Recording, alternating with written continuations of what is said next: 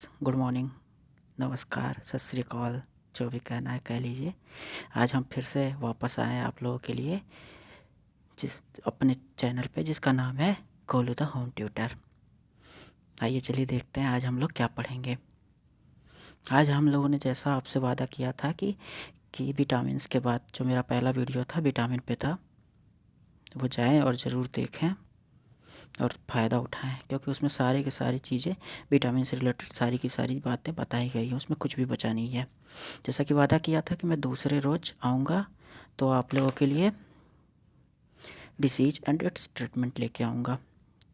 इसमें हम लोग डिसीज़ के बारे में पढ़ेंगे, जितने डिसीज़ होते हैं उनका कारण क्या है, इफ़ेक्ट क्या होता है और इसका ट्रीटमेंट कैसे करेंगे, सारी चीज़ें हम लोग इस मॉड्यूल के अंदर कवर करेंगे। तो वीडियो को पूरा अंत तक देखना ना भूलें, इससे आप लोगों का पूरा डिसीज़ कवर हो जाएगा।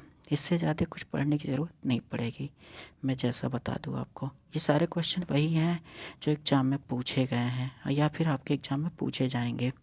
चलिए फिर चलते हैं पहले क्वेश्चन की तरफ बिना टाइम वेस्ट किए। जैसा कि देख पा रहे हैं आप लोग, पहला question, carrier of parasite Plasmodium. एक है पैरासाइट प्लाज्मोडियम, इसको कौन कैरी करता है ये पूछ रहा, मतलब अपने साथ लेके कौन घूमता है। तो जैसा आप लोगों को मैं बता दूं कि 3-4 चीज़ें होती हैं जिससे बीमारियां होती है। पहला होता है वायरस, वायरस की वजह से बीमारियां होती हैं ढेर सारी हम लोगों को। दूसरा होता है बैक्टीरिया, बैक्टीरिया ढेर सारी बीमारियों का कारण होता है, जैसे हो गया टीबी, कॉलेरा एट्सेट्रा। वायरस की वजह से इन्फ्लुएंजा डॉट डॉट डॉट बहुत सारी बीमारियां हैं। तीसरा होता है फंगई, फंजाई की वजह से भी बीमारियां होती हैं। चौथा होता है पैरासाइट्स, जैसा यहाँ लिखा हुआ है पैरासाइट, ये पैरासाइट्स की वजह से भी बीमारियां होती हैं। वही पैरासाइट प्लाज्मोडियम है। तो प्लाज्मोडियम कौन अपने साथ कैरी करता है, क्वेश्चन ये पूछ रहा है। टिक कैरी करता है या फ्लाई या लाइस या मॉस्क्यूटो। जैसा कि मैं आपको बता दूँ, ये जो प्लाज्मोडियम पैरासाइट है इसी की वजह से होता है मलेरिया, ये मलेरिया का पैरासाइट्स है। ठीक है, तो इसको कैरी करता है मॉस्क्यूटो। जैसा कि हम लोग जानते हैं कि मलेरिया मॉस्क्यूटो से होता है, तो कौन कैरी करेगा इसको, मॉस्क्यूटो अपने साथ कैरी करता है। आइए कुछ इसके बारे में जान लेते हैं हम लोग। जैसे malaria is transmitted by Plasmodium parasite, malaria जो डिसीज है वो किसके वजह से होता है, प्लाज्मोडियम पैरासाइट की वजह से होता है। अब यहाँ आया प्लाज्मोडियम पैरासाइट, तो पूछता है प्लाज्मोडियम पैरासाइट को डिस्कवर किसने किया था, ये भी आया हुआ क्वेश्चन है। तो जैसा आप लोग यहाँ लिखा हुआ देख रहे हैं, sir Ronald Ross, sir Ronald Ross ने मलेरिया पैरासाइट को डिस्कवरी किया था। इन्होंने ही पहली बार देखा था कि जो फीमेल एनोफिलीज मॉस्क्यूटो हैं वो आके जब काटती हैं तो कुछ प्लाज्मोडियम पैरासाइट टाइप का हम लोगों के शरीर में छोड़ जाती हैं, जिसके वजह से हम लोगों को बीमारियां हो जाती, बीमारी यानी मलेरिया हो जाता है। यहाँ पे हम लोग क्या हो जाता है, मलेरिया हो जाता है। तो फीमेल एनोफिलीज मॉस्क्यूटो ये काटती क्यों है, क्योंकि इसको चाहिए होता है प्रोटीन, और वो प्रोटीन इसको चाहिए होता है जो हम लोगों के बॉडी में ऑलरेडी प्रेजेंट होता है। तो जब ये फीमेल एनोफिलीज मॉस्क्यूटो प्रोटीन जो ये है जो हम लोगों के शरीर में प्रेजेंट है वो जो अपने साथ ले जाती है, तो वो ये पैरासाइट साथ में छोड़ जाती है और हम लोगों का इम्यूनिटी सिस्टम भी कमज़ोर हो जाता है, तो इसके वजह से मलेरिया हो जाता है। ठीक है, तो मलेरिया का इफ़ेक्ट कौन से बॉडी पार्ट पे पड़ता है, मलेरिया का इफ़ेक्ट जहाँ तक आप लोग देख पा रहे हैं ये स्प्लीन पे इफ़ेक्ट करता है। अब आप लोग सोच रहे होंगे ये स्प्लीन होगा कहाँ पे, ये जो स्प्लीन होता है, ये स्प्लीन जो होता है हम लोगों का जो अब्डोमेन, अब्डोमेन मतलब जो पेट के ऊपर का जो हिस्सा है उसके फार अपर लेफ्ट में होता है, उसके फार अपर लेफ्ट मतलब लेफ़्ट साइड में होता है, छोटा सा होता है।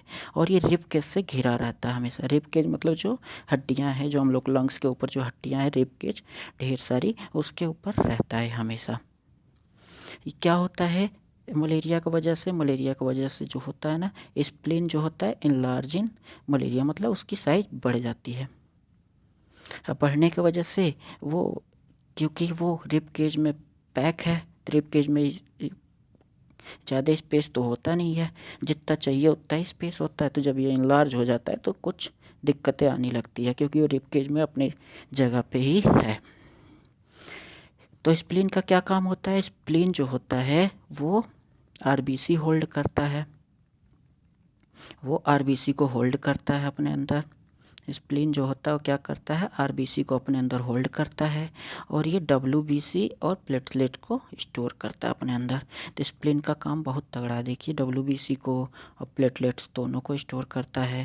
तो अगर मलेरिया की वजह से स्प्लीन में दिक्कत आता है तो ये डब्ल्यूबीसी और प्लेटलेट्स दोनों डिस्टर्ब हो जाएंगे। बस इतना समझिए, इतना मलेरिया के लिए बहुत है। इससे ज़्यादा मलेरिया में कुछ नहीं पूछ सकता एग्जामिनर। आइए चलते हैं दूसरे क्वेश्चन की तरफ। Which disease is not caused by mosquito? तो मॉस्क्यूटो के बारे में पढ़ें। आइए अब देखते हैं कौन कौन सा डिसीज जो है ना मॉस्क्यूटो की वजह से नहीं होता है। मॉस्क्यूटो क्या है? मॉस्क्यूटो मैक्सिमम अपने साथ या तो पैरासाइट जो पीछे वाला प्लाज्मोडियम पढ़े वो लेके चलता है, या फिर वायरस लेके चलता है। तो वायरस होने वाली बीमारियाँ डेंगू है, चिकनगुनिया है, येलो फीवर है, जबकि ये जो है ये मॉस्क्यूटो की वजह से नहीं होता। मॉस्क्यूटो से डेंगू भी होता है, चिकनगुनिया भी होता है, येलो फीवर भी होता है, जबकि कोलेरा जो है ना ये बैक्टीरिया की वजह से होता है, और इस बैक्टीरिया का नाम है कोलेरी। ठीक है, आइए चलते हैं देखते हैं तो कौन सा डिसीज है जो मॉस्क्यूटो की वजह से नहीं होता है? कोलेरा। ठीक, आइए फिर देखते हैं इसके डिस्क्रिप्शन के बारे में। तो कोलेरा है जो मॉस्क्यूटो की वजह से नहीं होता, यहाँ भी लिख रखा है। और दूसरा कौन से बैक्टीरिया की वजह से होता है? ये विब्रियो कोलेरी। ये भी क्वेश्चन पूछा गया कई बार कि कौन से बैक्टीरिया की वजह से वो कोलेरा होता है। तो बैक्टीरिया का नाम है विब्रियो कोलेरी। ये भी पूछता है कोलेरा किसके वजह से फैलता है। ऑप्शन रहता है virus, bacteria, fungi and parasites. Then you will write bacteria, क्योंकि कोलेरा जो है ना बैक्टीरिया की वजह से फैलता है। ठीक, कोलेरा के बारे में जान लिए। अब जो मॉस्क्यूटो से होने वाली डिसीज़ है, अभी पहला हम लोगों ने देख रखा है कि उधर मॉस्क्यूटो थी। अब ये दूसरा एक और टाइप की जो फीमेल मॉस्क्यूटो है, फीमेल एडिस इजिप्टी। ये मॉस्क्यूटो कई सारे बीमारियों को अपने साथ लेके घूमती है, जैसे dengue, yellow fever, Zika, chikungunya. ये फीमेल एडिस इजिप्टी की वजह से होता है। समझ में आ रहा है? ये जो सारी बीमारियां दिख रही, डेंगू, येलो फीवर, जीका और चिकनगुनिया, ये चारों वायरल डिसीज़ हैं, क्योंकि ये वायरस की वजह से फैलती है। जो वो वही वायरस हैं जो ये लेके घूमती है अपने साथ। क्या नाम है? फीमेल एडिस इजिप्टी, जो अपने साथ लेके घूमती है। तो डेंगू का कारण, डेंगू की वजह से होता क्या है ये भी जान लीजिए। डेंगू की वजह से जो होता है, हम लोगों के शरीर में प्लेटलेट्स की संख्या घट जाती है। प्लेटलेट्स की संख्या अचानक से बहुत ज़्यादा घट जाती है। तो अगर आपके शरीर में डेंगू है तो डॉक्टर आपका क्या करता है? प्लेटलेट्स चेक करता है। अगर प्लेटलेट्स की संख्या काफ़ी कम हो जाती है तो बता देता है कि आपको डेंगू हुआ है। डेंगू होता किसके वजह से है? Female Aedes इजिप्टी। ये भी बहुत बार क्वेश्चन पूछा जा चुका है। आइए चलते हैं अगले क्वेश्चन की तरफ। Hydrophobia is caused by. Hydrophobia पहले जान लीजिए होता क्या है। हाइड्रो मीन्स होता है water, and phobia means something like that, कि उससे डर या भय, समथिंग लाइक दैट, डर। जैसे वाटर से डरने वाले लोग को कहा जाता है हाइड्रोफोबिया। आप लोगों ने एक और वर्ड पढ़ा होगा, फिलिक। तो ये हाइड्रोफोबिक होता है हाइड्रोफोबिया। हाइड्रोफिलिक मतलब होता है लविंग। वैसे सेम फोबिया होता है कि उससे डरना, उससे दूर भागने को फोबिया कहा जाता है। अब फिलिक को कहा जाता है लव। जैसे अगर लिखा रहता हाइड्रोफिलिक यानी वाटर से वाटर लविंग। आइए पहले जान लें कि ये वाटर हाइड्रोफोबिया किसके वजह से होता है। ठीक, हाइड्रोफोबिया होता है हम लोगों के वायरस की वजह से। हाइड्रोफोबिया होता है वायरस की वजह से, ना कि बैक्टीरिया, ना फंगस, ना प्रोटोजोआ। हाइड्रोफोबिया वाटर से डर लगने वाली एक बीमारी जो कि होता है वायरस की वजह से। और ये वायरस किसके साथ घूमता है? कुत्ता। कुत्ते को आप जानते हैं ना, डॉग। डॉग के साथ घूमता है। इसका नाम जो है ना रियल में वो है रेबिज। रेबिज को ही बोला जाता है हाइड्रोफोबिक। और रेबिज किसके वजह से होता है? इन्फेक्टेड डॉग से। ऐसे वैसे किसी डॉग से काटने से नहीं होगा। अगर ये डॉग इन्फेक्टेड है तब अगर आपको काटता है तो आपको रेबिज होगा, और इसी रेबिज को क्या कहते हैं? हाइड्रोफोबिया। जब भी आपको कुत्ता काटता है या किसी को भी कुत्ता काटता है तो लोग कहते हैं कि जाओ कुआं झाँक के आओ। इतने सारे कुएं अगर झाँक लिए तो मैं समझ जाऊंगा कि तुम्हें रेबीज नहीं है। क्यों? क्योंकि जब रेबीज हो जाता है तो वो पानी से डरने लगता है। रेबीज का जो वायरस होता है जब शरीर में प्रवेश कर जाता है तो उसको पानी से डर लगने लगता है, चाहे कहीं का भी पानी हो। तो रेबीज होने के बाद से अगर वो पानी से डरना शुरू कर देगा तो उसको दिक्कत हो जाएगी। इसी वजह से क्या कहता है कि जाइए कुआं झाँकिए। कुआं अगर आदमी 6-7 ठे एक साथ झाँक लेता है इसका मतलब रेबीज उसको नहीं है। सही है, ठीक। हाइड्रोफोबिक मीन्स होता है फियर ऑफ वाटर, जैसा कि मैंने आपको बताया। इसका ओल्ड नेम है rabies. Spread due to bite of infected dog. Infected dog के काटने से ही ये होता है और ये मेनली हमारे नर्वस सिस्टम को डिस्टर्ब करता है। नर्वस सिस्टम का काम क्या होता है? पूरे शरीर को मैसेज पहुंचाना और उनको कंट्रोल करना। यहाँ पे क्या होता है, हम लोग को डर लगने लगता है वाटर से। वाटर से डर लगने लगता है, ये मैसेज हम लोग को कौन देता है? नर्वस सिस्टम, कि हमको वाटर से डरना है। ये किसके वजह से हो रहा है? रेबीज के वजह से। तो ये हम लोग के नर्वस सिस्टम को डिस्टर्ब कर देता है। अब तो याद रहेगा ना ये हमेशा। चलिए ठीक है, नेक्स्ट अगले क्वेश्चन की तरफ बढ़ते हैं। डिफिशियंसी ऑफ आयोडीन कॉसेस, ये आप लोग काफ़ी लोग को पता होगा। ये कह रहा है आयोडीन की कमी की वजह से कौन सी बीमारी होती है? आयोडीन की कमी की वजह से कौन सी बीमारी होती है? काफ़ी लोग को पता होगा। गले में वो जो बड़ा सा फूल जाता है, लोग गांव में घेगा घेगा बोलते हैं। हर गांव में एक आध दो लोग मिलते हैं जिनको लोग बोलते हैं घेगटी घेगटी। वैसे ये भी है गोइटर, उसको इंग्लिश में बोलते हैं गोइटर। इसका हिंदी नाम है घेगा। लोगों को क्या हो जाता है? घेगा। उसी को बोलते हैं आयोडीन, ठीक। आयोडीन की कमी की वजह से कौन सा रोग हो जाता है? गोइटर। गोइटर मतलब घेगा। आइए कुछ जानते हैं इसके बारे में। इसमें क्या होता है? नेक बिकम थिकर। थिकर वही मतलब नेक जो होता है फूल जाता है। इसके लिए हम लोग क्या डॉक्टर सलाह देता है कि आयोडाइज्ड साल्ट खाएं। आयोडाइज्ड साल्ट, आयोडीन युक्त साल्ट। कोई भी दुकान पे ख़रीदने जाते हैं तो वहाँ बताता है कि ये आयोडीन युक्त है, ये आयोडीन युक्त नहीं है। तो वही आयोडाइज्ड साल्ट होता है, आयोडीन युक्त। और पूछा गया क्वेश्चन कि आयोडीन युक्त में कौन सा केमिकल होता है? तो केमिकल जो होता है उसका नाम है पोटेशियम आयोडाइड, ठीक। कौन सा केमिकल होता है? पोटेशियम आयोडाइड, ठीक। अब पोटेशियम के बारे में जान लें। पोटेशियम जो होता है ना, ये हम लोगों के हार्ट बीट को रेगुलेट करता है। जो हम लोगों की धड़कनें धक धक धक धक धक धक धक धक करती है ना, इसके लिए पोटेशियम की आवश्यकता पड़ती है। शरीर में अगर भरपूर मात्रा में पोटेशियम रहा ना तो हार्ट बीट बराबर चलता है। अगर हार्ट बीट इधर उधर हुआ तो डॉक्टर आपको क्या देगा? पोटेशियम की गोली, ताकि ये रेगुलेट करे अंदर जाके। और कुछ और चीज़ें जान लीजिए, जैसे डेफिशिएंसी ऑफ आयोडीन युक्त साल्ट की वजह से हो जाता है गोइटर।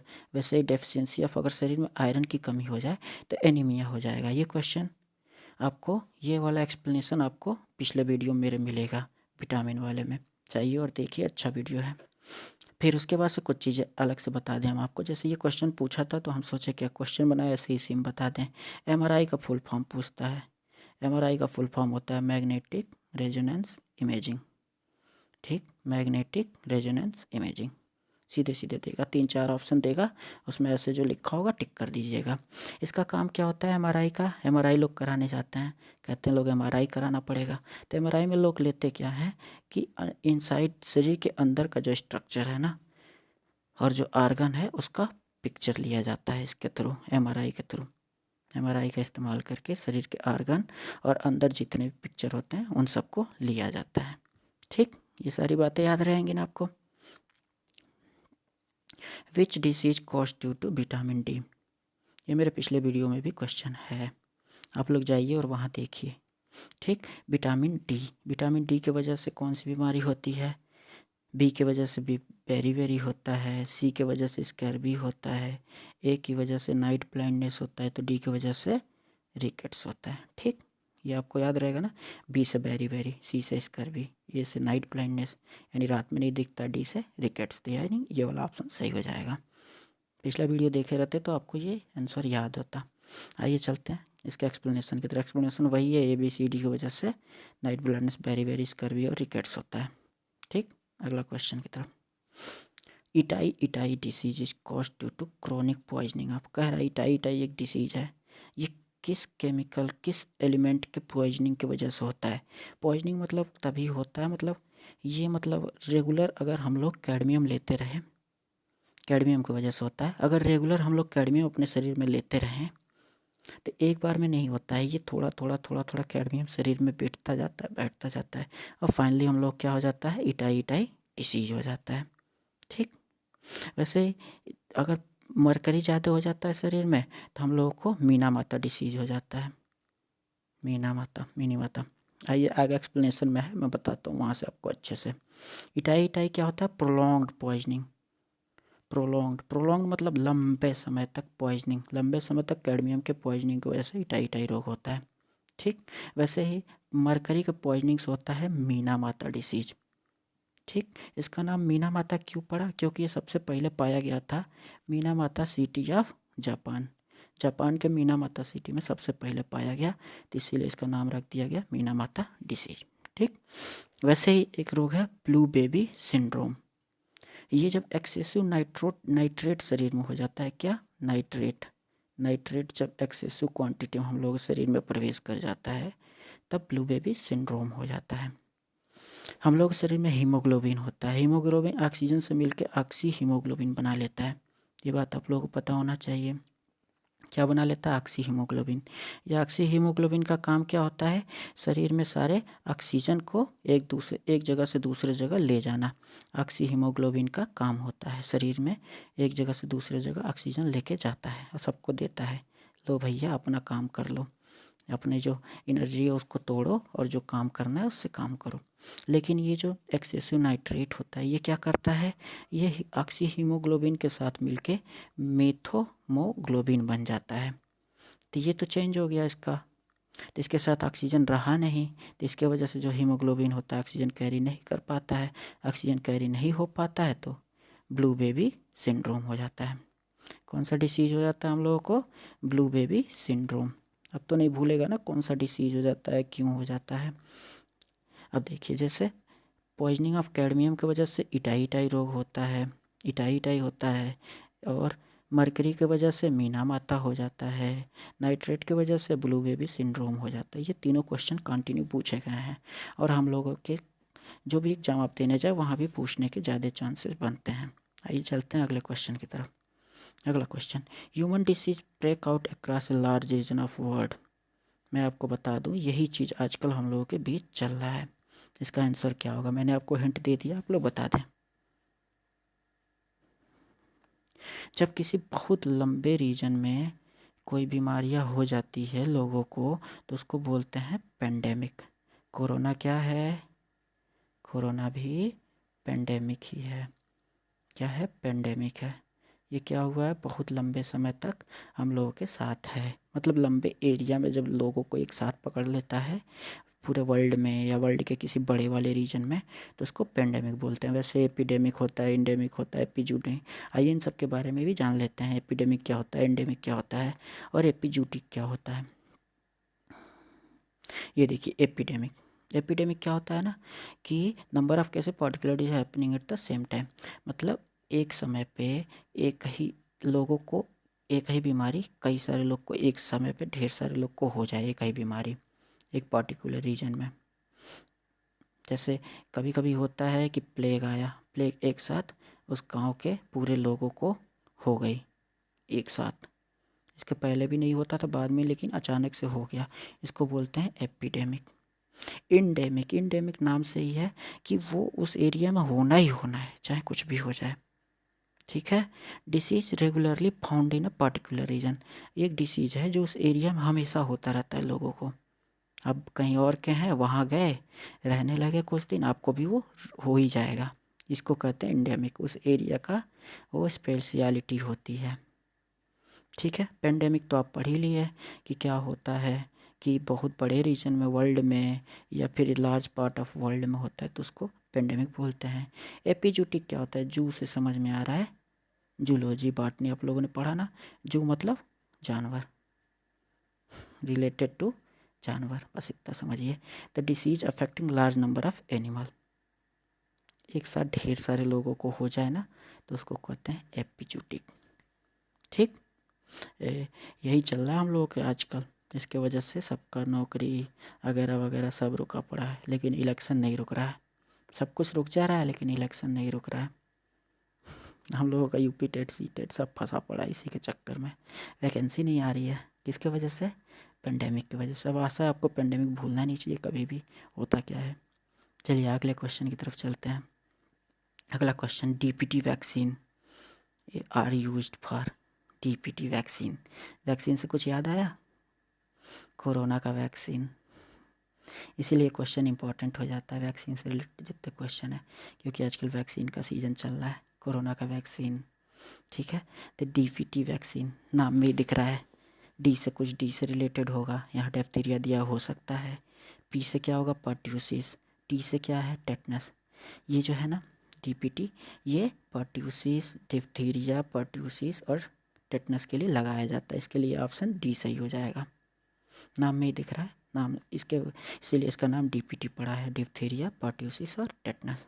ये लगाया किन को जाता है? मेनली बच्चों को, उनके जन्म के कुछ दिन बाद ही लगा दिया जाता है। DPT is given to children. इसको ट्रिपल एंटीजन भी बोलते हैं, क्योंकि एक साथ 3 रोग का दिया जा रहा है वैक्सीन, इसलिए ट्रिपल एंटीजन बोला जाता है। और ये तीनों जो डिसीज़ है किसकी वजह से होता है? बैक्टीरिया। कभी कभी क्वेश्चन पूछ देगा कि डिप्थीरिया किसकी वजह से होता है, 4 ऑप्शन होगा, तो उसमें आपको बैक्टीरिया पे टिक करना है। डिप्थीरिया है, तीन तीन रोग कौन सा है? डिप्थीरिया, पर्ट्यूसिस या हुपिंग कफ, अचानक से खूब कफ उफ आता है वो, या टेटनस। टेटनस किसके वजह से होता है? चोट वोट लग जाता है कहीं किसी चीज़ से, लोहे से चोट लगता है तो लोग कहते हैं जाओ सुई लगवा के आओ वरना टेटनस हो जाएगा, वही होता है ये टेटनस। तो ये तीनों कौन सा डिसीज़ है? बैक्टीरियल डिसीज़ है, बैक्टीरिया की वजह से फैलने वाली डिसीज़ है। ऐसा भूलना नहीं चाहिए। बच्चों को लगाया जाता है। बचपन में जब बच्चे पैदा होते हैं तो हॉस्पिटल में बार बार जाते हैं, क्यों? सुई लगवाना है। काहे बात का सुई? भैया यही सब होता है सुई। ये डीपीटी का टीका होता है, पोलियो का टीका होता है। ठीक। Radio isotope used for detection of tumour. जैसे ट्यूमर के शरीर में ट्यूमर हुआ है तो रेडियो आइसोटोप मतलब तरंगे भेजी जाती हैं रेडियो की। तो किस चीज़ की तरंग होती है जिससे ट्यूमर का पता लगता है? समझ में आया? किस चीज़ की तरंग से ट्यूमर का पता लगाया जाता है? तो ये होता है आर्सेनिक का। ये क्वेश्चन शायद आप लोग को पता ना हो, थोड़ा टफ क्वेश्चन है लेकिन एग्जाम में आता है, जान लेंगे तो अच्छा रहेगा। ये क्या है? आर्सेनिक 74 की वजह से, आर्सेनिक 74 का इस्तेमाल करके ट्यूमर का, ये 74 क्या है? इसका एटॉमिक नंबर है। आइसोटोप दिया ना, आइसोटोप। एक होता है आइसोटोप, एक होता है आइसोबार। इसके नाम में ही है, ये देखिए बार लिखा है ना, बार मतलब समझ लीजिए भार। भार मतलब एटॉमिक वेट। जब एटॉमिक नंबर अलग हो और एटॉमिक वेट सेम हो तो आइसोबार होता है। और इसका अपोजिट, अगर एटॉमिक नंबर सेम हो जाए और एटॉमिक भार अलग अलग हो जाए, एटॉमिक वेट अलग अलग हो जाए तो वो आइसोटोप हो जाता है। तो वही कौन सा आइसोटोप है जो ट्यूमर को सही करता है? वो है आर्सेनिक 74।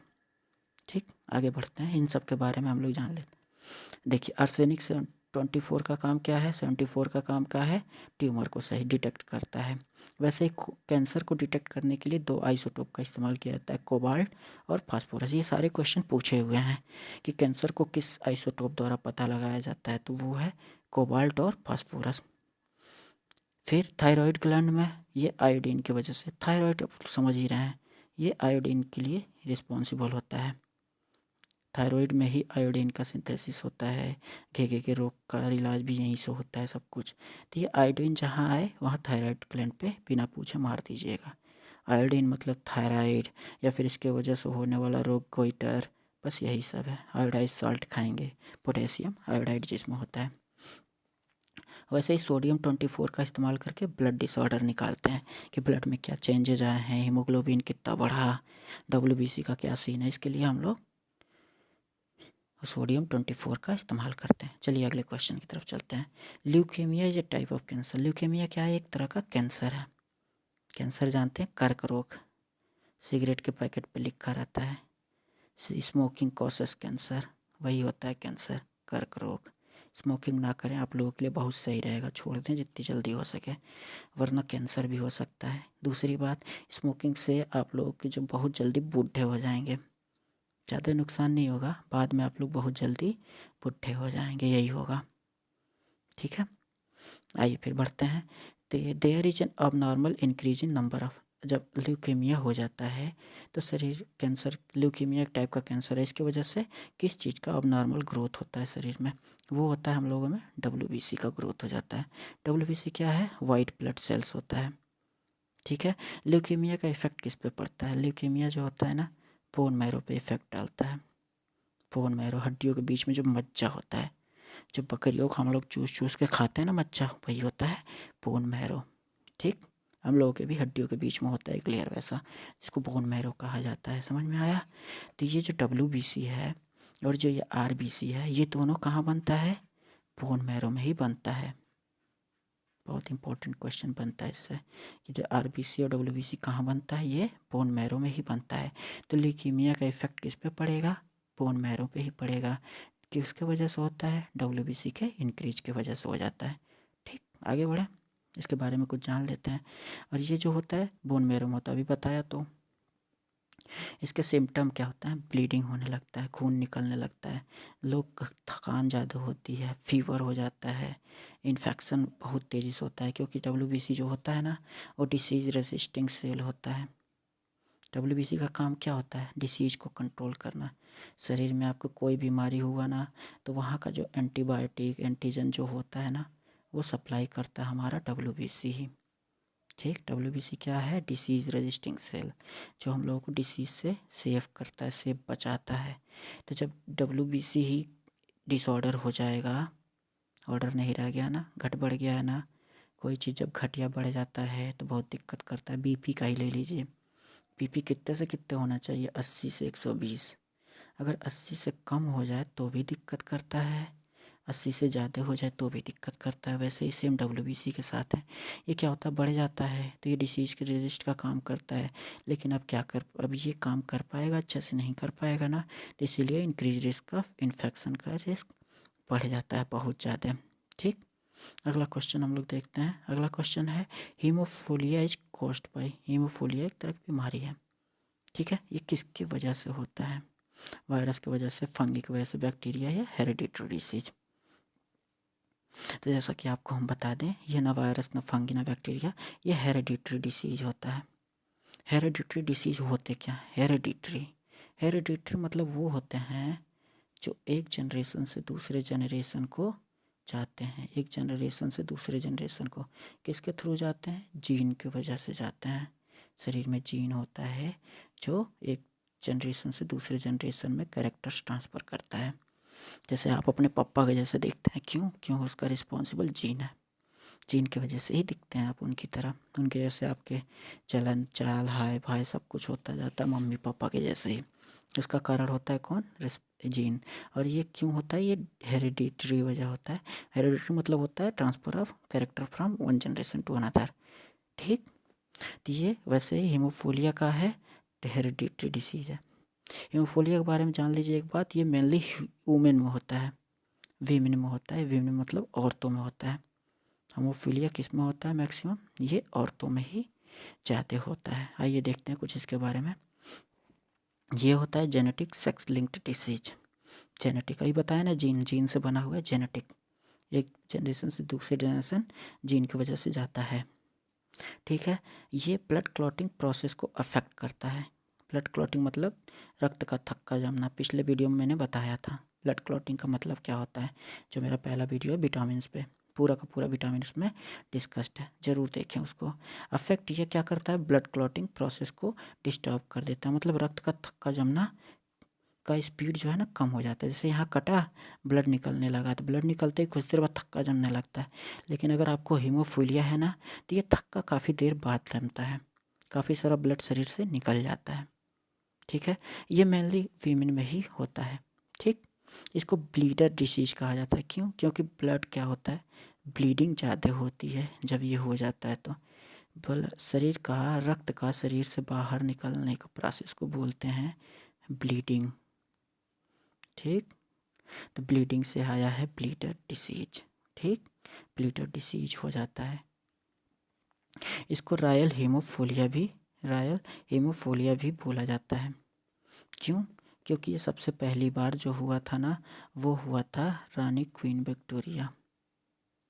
ठीक, रानी क्वीन विक्टोरिया में ही सबसे पहले हीमोफीलिया का पता लग पाया था, तो इसकी वजह से इसका नाम पड़ गया रॉयल।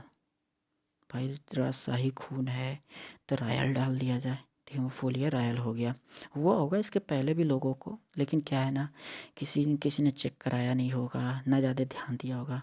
भैया कौन देखता है इतना रक्त का थक्का थोड़ी देर बाद जम जाए। सेम वैसे ही, लेकिन रानी क्वीन विक्टोरिया के पास पैसे थे, डॉक्टर थे अपने पर्सनल, चेक कराया तो वहाँ से पता चल गया कि ये रॉयल हीमोफीलिया है।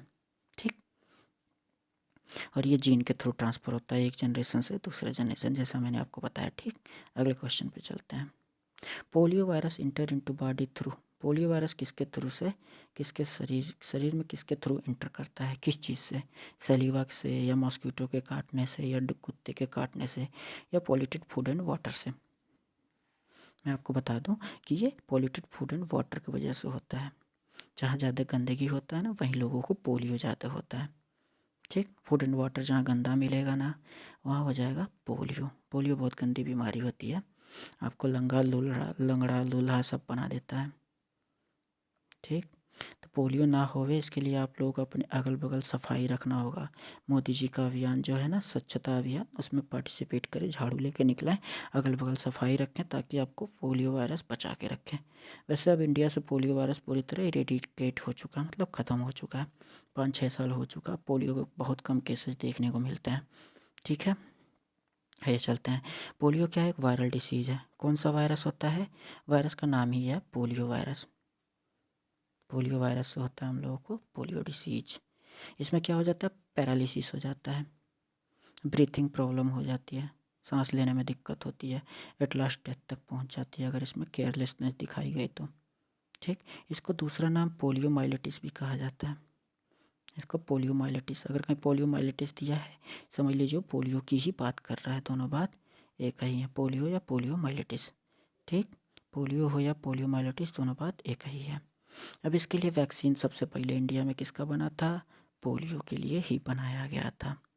वैक्सीन का भी सीजन चल रहा है, तो ये क्वेश्चन भी इम्पॉर्टेंट बन जाता है। वैक्सीन, कोरोना वैक्सीन, भैया भूलिए ना इसको, बहुत क्वेश्चन कोरोना वैक्सीन से ही बनने वाले हैं, तो पूरा एकदम अच्छे से पढ़ लीजिएगा कोरोना के बारे में जहाँ भी मिले। ठीक, कौन सा वैक्सीन कहाँ बन रहा है, क्या क्या है इसके साथ सीन, क्यों लोग मर रहे हैं, सारी चीज़ें पढ़ लीजिएगा। वैक्सीन में कौन सा वायरस है, वायरस की क्या क्वालिटीज वगैरह वगैरह जो है, एक बार देख जरूर लीजिएगा। तो वैक्सीन ऑफ पोलियो, इसकी भी डिस्कवरी हुई थी सबसे पहले। तो पोलियो की वैक्सीन की डिस्कवरी किसने करी थी। ठीक है, ये भी क्वेश्चन पूछा जा चुका कई बार। ठीक है, तो इसका डिस्कवरी करा था जॉन साल्क ने। कौन सी ईयर में, 1952 में। आज़ादी के 6-7 साल बाद ये जॉन साल्क ने पोलियो वैक्सीन की डिस्कवरी कर दी। इनकी आज़ादी नहीं, हमारी आज़ादी। हमारी आज़ादी के कुछ सालों बाद पोलियो का वैक्सीन लगना शुरू हो गया था, इंडिया में भी आ गया था। कि इसके जन्मदाता कौन है, जॉन साल्क, नाम मत भूलिएगा। ये सेंट्रल नर्वस सिस्टम को डिस्टर्ब कर देता है।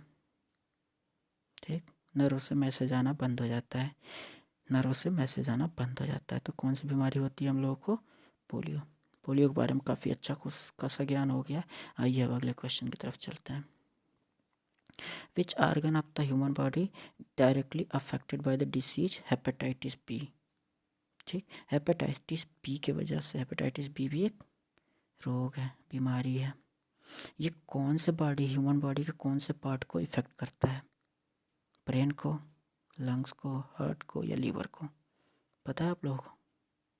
ये लीवर को इफेक्ट करता है। लीवर सबसे बड़ा ग्लैंड होता है हम लोगों के शरीर का, लार्जेस्ट ग्लैंड अगर पूछता है तो क्या है, लीवर। ठीक, लीवर में क्या बनता है, बाइल जूस बनता है। ठीक, जो बाल ब्लैडर को भेज देता है, ये फूड के सिंथेसिस में काम आता है। ठीक, लीवर जो होता है ना, ये हम लोगों के उसके सिस्टम का एक्सक्रीटरी, क्या कहते हैं, डाइजेस्टिव सिस्टम का मेन पार्ट होता है, डाइजेस्टिव सिस्टम का पार्ट होता है। जब डाइजेस्टिव सिस्टम पढ़ाऊँगा तो उसमें ये सारी बातें मैं बताऊँगा, लीवर का क्या रोल है, कैसे कैसे काम करता है वगैरह वगैरह, देखना ना भूलिएगा जब मैं डालूँगा तो। ठीक, लीवर, आइए चलते हैं अगले, इसका डिस्क्रिप्शन भी देख लें क्या है। ये हेपेटाइटिस बी वायरस की वजह से होता है, यानी ये भी वायरल डिसीज़ है। कौन सा डिसीज़ है? वायरल, फैलने वाला वायरस की वजह से। ठीक है। लिव्स, इसके वजह से क्या होता है? लीवर में फेलियर हो जाता है, लीवर में दिक्कत होती है, लीवर कैंसर हो जाता है। ये भी डेथ तक ले जाएगी अगर केयरलेसनेस दिखाया गया तो। कोई बीमारी हो, केयरलेसनेस ना दिखाना, सीधे डॉक्टर के पास जाना, भैया चेक करो यार, जो है लगाओ करो, ठीक है, तब भी आप बचे रहेंगे, वरना सबका अल्टीमेट यही है, डेथ। कोई बीमारी हो, ढिलाई नहीं दिखाना, सीधे जाना डॉक्टर के पास, ठीक। अब ये फैलता किससे? हेपेटाइटिस बी तो वायरस है, तो वायरस फैलता है ये मेनली इन्फेक्टेड बॉडी के टच में अगर आप आते हैं तो, कांटेक्ट में आते हैं तो। कोई इन्फेक्टेड है, आप उसके साथ बैठ के बातचीत वगैरह वगैरह कर रहे हैं, तो इसके आप में भी वायरस आने के चांस हैं। समझ में आया? आपके में भी ये वायरस आ सकता है। तो जिनको हेपेटाइटिस बी हो, दूर रहा करिए उनसे थोड़ा। बॉडली फ्लूइड, जो शरीर के अंदर जो फ्लूइड होता है, ब्लड के अंदर जो होता है फ्लूइड, उसके वजह से भी फैलता है। अगर इंजेक्शन इनका निकाल के आपके में लगा दिएगा वही ब्लड ना, या उनके ब्लड से आपके ब्लड को टच आया, तो फिर हो सकता है एड्स के जैसे, ठीक। ये भी एड्स के जैसे ही हेपेटाइटिस बी भी है, ठीक। आइए चलते हैं अगले क्वेश्चन की तरफ। Which are following disease caused by bacteria? Bacteria की वजह से कौन सा डिसीज होता है? इन्फ्लुएंजा भी वायरस की वजह से होता है, मलेरिया भी वायरस की वजह से पढ़े हैं, ये पोलियो वायरस की वजह से होता है, मलेरिया भी पढ़े हैं, मस्कीटो के अंदर जो पैरासाइट होता है, वायरस नहीं पैरासाइट होता है, पैरासाइट मोलिबेडनम की वजह से होता है, ये पोलियो वायरस की वजह से होता है। इन्फ्लुएंजा के बारे में बाद में पढ़ेंगे हम लोग। ये जो बीमारी है ट्यूबरकुलोसिस, ये किसकी वजह से होता है? बैक्टीरिया की वजह से होता है, ठीक। ट्यूबरकुलोसिस किसकी वजह से होता है? बैक्टीरिया की वजह से होता है, ठीक। भूलेगा तो नहीं ना? आइए चलते हैं। ये मेनली ट्यूबरकुलोसिस अटैक किसको करता है? लंग्स को। ये भी मैक्सिमम स्मोकिंग की वजह से ही होता है ट्यूबरकुलोसिस, ठीक। ट्यूबरकुलोसिस किसको अफेक्ट करता है? लंग्स, फेफड़े जो होते हैं हम लोगों के रिब्स केज में, फेफड़े का काम क्या होता है? ऑक्सीजन का अदला बदली, ऑक्सीजन। जब हम लोग रेस्पिरेटरी सिस्टम पढ़ेंगे ना, तो उसमें हम लोग लंग्स के बारे में पढ़ेंगे। लंग्स का काम क्या होता है? लंग्स का मेनली काम होता है ऑक्सीजन, जो हम लोग श्वसन क्रिया में जो ऑक्सीजन लेते हैं और कार्बन डाइऑक्साइड छोड़ते हैं, तो ये जो एक्सचेंज ऑफ गैसेस होती हैं ना, ये लंग्स में ही होता है। लंग्स में गैसेस आती हैं और गैसेस चली जाती हैं, तो ये मेनली किस में होता है? लंग्स में ही होता है, ठीक है। भूलेगा तो नहीं ना? ये एयर के थ्रू फैलता है और स्मोकिंग की वजह से होता है। और इसका जो बैक्टीरिया है उसका नाम क्या है, जिस बैक्टीरिया की वजह से ये फैलता है? Mycobacterium tuberculosis. मैक्सिमम जो नाम है ना, ये इनके नाम से मिलता जुलता ही होगा। जैसे पोलियो के लिए पोलियो वायरस, ट्यूबरकुलोसिस के लिए ट्यूबरकुलोसिस, कोलेरा के लिए विब्रियो कोलेरी, सेम जो मिलता जुलता नाम हो बैक्टीरिया का, उसे टिक मार दीजिएगा। इतना भी सोचिएगा मत कि नाम मिलता जुलता कैसे हो जाएगा, बस मार दीजिएगा, सही है। स्प्रेड थ्रू एयर की वजह से फैलता है और ये स्मोकिंग की वजह से होता है। इसको पता लगाने के लिए क्या करते हैं हम लोग? एक्सरे निकलवाते हैं, चेस्ट का एक्सरे निकलवाते हैं, इसमें लंग्स का फिगर दिया रहता है। लंग्स के कंडीशन को देख के बताया जा सकता है कि भैया आपके अंदर ट्यूबरकुलोसिस है या नहीं है, ठीक। टीबी के 3 प्रकार होते हैं। एक लेटेंट टीबी होता है। लेटेंट टीबी में क्या होता है? टीबी अभी आपके शरीर में प्रवेश किया रहता है। जो वायरस है ट्यूबरकुलोसिस, ये वायरस आपके शरीर में प्रवेश किया है, इसका कोई साइड इफेक्ट उतने टाइम नहीं होता है। ये शरीर में धीरे धीरे धीरे धीरे बढ़ना स्टार्ट हो जाता है। जब बहुत ज़्यादा बढ़ जाता है तो ये क्या हो जाता है? एक्टिव हो जाता है, तब ये दूसरे कैटेगरी में आ जाता है, एक्टिव टीबी। इतने टाइम दवा कराना ज़रूरी हो जाता है, ठीक। उसके बाद से जो थर्ड स्टेज इसका होता है उसको कहते हैं ड्रग रेजिस्टेंस टीबी। इस टाइम ड्रग्स यानी दवाएं भी काम नहीं करती हैं, दवाएं काम करना बंद कर देती हैं। एक ही 2 दवाइयाँ काम करती हैं जो कि कुछ दिन तक आपको ज़िंदा रख सकती हैं, ऐसा रहता है। तो जो टीबी है इसको कोशिश करें कि ना फैलने दें। इसका क्या सीन है? स्मोकिंग बंद करें इसको, शायद आप लोग बच जाएँ, ट्यूबरकुलोसिस ना होए। हर जगह ट्यूबरकुलोसिस, सबसे ज़्यादा मरने वाले लोग ट्यूबरकुलोसिस से ही हैं आजकल। इतने ज़्यादा लोग, काफ़ी ज़्यादा लोग टीबी की वजह से मर रहे हैं। टीबी के लिए बहुत सारे कैंपेन भी चलाए गए, पूरे विश्व में चलाया जा रहा है। सबसे ज़्यादा लोग टीबी की वजह से मर रहे हैं, तो आप लोग भी बचे रहिए, स्मोकिंग बंद करिए, मास्क लगा के घूमिए। एयर में भी घूम सकता है भैया, कहीं से भी घुस सकता है, ठीक है। इसका दवाई का इलाज आप लोग देखे होंगे, प्रचार में एडवर्टाइजमेंट में आता है ना, डॉट्स, पक्के इलाज का पक्का वादा। डॉट्स पे जाइए। डॉट्स क्या है, कुछ लोग होते हैं जो टीबी का पूरा देखभाल करते हैं, आपको दवाएं देंगे, सब कुछ देंगे, वही डॉट्स होता है। ठीक। डॉट्स टीबी का क्या सीन है, जब बहुत ज़्यादा खांसी हो जाए, लगातार 15 दिन तक खांसी हो गए, 15 दिन तक, तो समझ जाइए आपको टीबी है, और चले जाइए बिना कुछ सोचे, पहले डॉट्स पे जाइए, चेकअप कराइए, आपको पता चल जाएगा। ठीक। अगला क्वेश्चन। चलिए आज का सफ़र यहीं समाप्त होता है, समाप्त। अब हम लोग मिलेंगे एक आध 2 दिन बाद। ठीक है। जैसा कि आपसे मैंने वादा किया था कि आपको डिसीज़ के बारे में पढ़ाऊंगा, डिसीज़ का पूरा नॉलेज यहाँ पे मैंने दे दिया। इससे ज़्यादा डिसीज़ में कुछ क्वेश्चंस होंगे जो मैं आपको आगे कभी सेशन में देख के किसी के साथ बता दूंगा। कुछ क्वेश्चंस होंगे जो पूछे जा सकते हैं डिसीज़ से रिलेटेड, मैं वो आपको सारे के सारे बता दूंगा जितना जल्दी हो सके। हेलो फ्रेंड्स, इसके पहले भी मैंने एक वीडियो डाल रखा है इसी चैनल पे, मेरे चैनल का नाम है जो, इसी चैनल में मैंने एक और वीडियो डाल रखा है जिसका नाम है विटामिन एंड न्यूट्रिशंस। उसमें सारा का सारा विटामिन्स के बारे में दे रखा है, विटामिन्स के बारे में पहले वीडियो में दे रखा है, पूरा का पूरा विटामिन, उसे ज़रूर देखें, बहुत अच्छा वीडियो है, कंटेंट सही है। थोड़ा सा उसका जो एनोटेशन है या फिर जो मेरा बोलने का तरीका थोड़ा सा क्या कहते हैं, थोड़ा फंस रहा है क्योंकि मेरा पहला वीडियो था, अब ये दूसरा वीडियो है। ये किस पे है, डिसीज पे। ये बहुत इंपॉर्टेंट टॉपिक है दोनों, बहुत सारे क्वेश्चन आते हैं विटामिन से और डिसीज से, दोनों वीडियो एकदम कंप्लीट वीडियो है। इससे ज़्यादा शायद ही कहीं से पूछते हैं। ठीक है, इससे ज़्यादा जो पूछेगा वो आप लोग पढ़े होंगे, जो एक चीज़ ही होगा वो तो आप पढ़े ही होंगे, बाकी जो ऊपर का नॉलेज है मैंने दे रखा है। ठीक है, तो इसी के साथ मेरा यहीं पे सेवा समाप्त होता है। बाकी अगला वीडियो लेके आऊँगा जल्दी, कोशिश करूँगा जितनी जल्दी आपको वीडियो दे पाऊँ।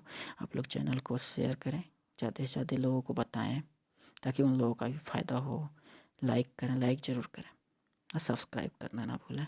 सब्सक्राइब करने के बाद घंटी ज़रूर बजा दें भैया, ताकि अगला वीडियो जब आए तो आपको पता चल जाए। ठीक,